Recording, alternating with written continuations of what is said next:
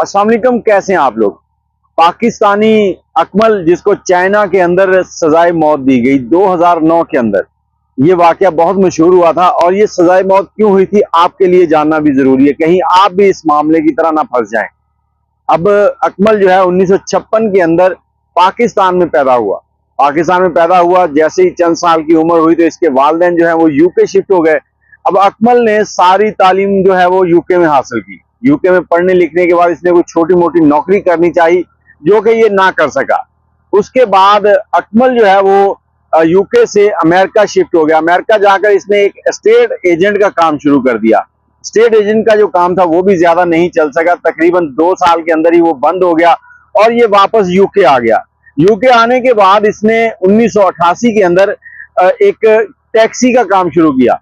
जो टैक्सी की कंपनी इसने शुरू की वो भी कुछ अच्छे से ना चल सकी, मतलब कि अकमल की जिंदगी जो थी वो क्राइसिस से गुजर रही थी और ये टैक्सी की कंपनी भी बंद हो गई।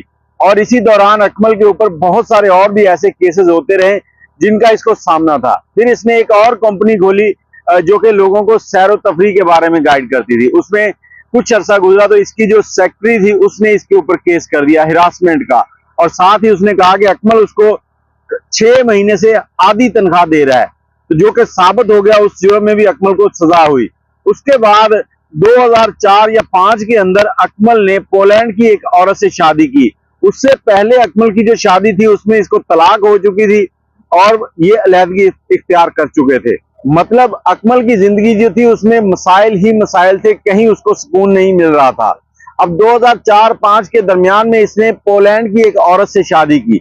पोलैंड की औरत से जब इसने शादी की तो ये खुद भी पोलैंड में ही शिफ्ट हो गया। अब वहां शिफ्ट होने के बाद ये एक वहां पर एयर कंपनी शुरू करना चाहता था। अब एयर कंपनी तो दूर थी, शुरू करने से पहले ही अकमल को जेल की हवा खानी पड़ गई। उसकी क्या वजह बनी? अकमल नशे की हालत में गाड़ी ड्राइव कर रहा था, जिसकी सजा के तौर पर इसने 1 साल जेल के अंदर गुजारा।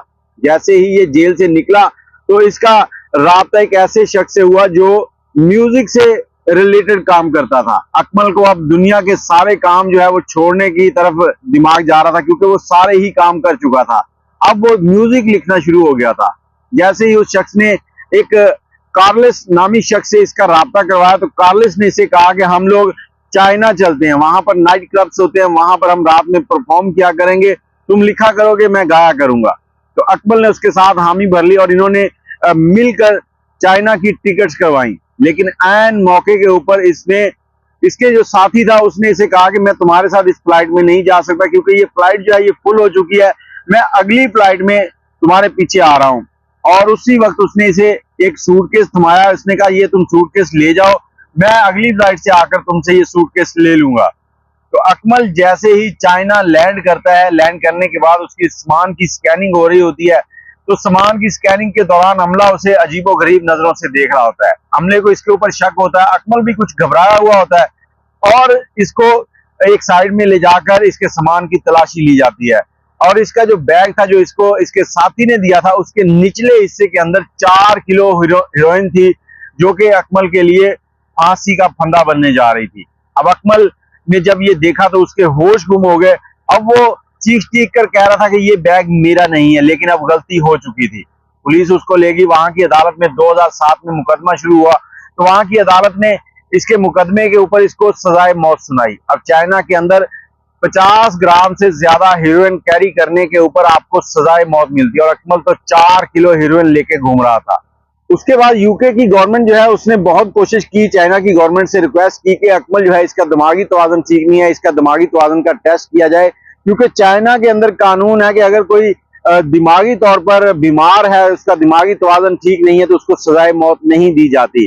अब अकमल को 2009 के अंदर 6 सितंबर को सजाए मौत दी गई, और इस सजाए मौत का अकमल को पहले से नहीं बताया गया था, क्योंकि उनको डर था कि कहीं ये पैनिक ना हो जाए। अब 24 घंटे पहले इसको बताया गया कि ये तुम्हारा आखिरी दिन है, अब तुम मरने वाले हो। और उससे पहले अकमल के भाई और यूके की गवर्नमेंट ने बहुत एहतजाज किए, लेकिन चाइना की गवर्नमेंट और उनकी अदालतों ने कुछ ना सुना। उन्होंने अपने फैसले को ओके किया और सितंबर के महीने में अकमल को एक इंजेक्शन, जहरीला इंजेक्शन देकर हमेशा के लिए मौत की नींद सुला दिया। अब मैं आपको ये कहानी इसलिए सुना रहा हूं कि आप कहीं भी ट्रैवल कर रहे हो, कोई भी सफर कर रहे हो, कहीं भी जा रहे हो, किसी का सामान अपने साथ ना ले जाएं और किसी को अपने साथ अनजान शख्स को कभी लिफ्ट ना दे, क्योंकि लिफ्ट देना भी आपके लिए खतरनाक हो सकता है। बेशक वो व्यक्ति आपके साथ चल रहा है, लेकिन हो सकता है कि उसके कारनामे ऐसे हों कि जो आपके लिए मुश्किल पैदा कर दें।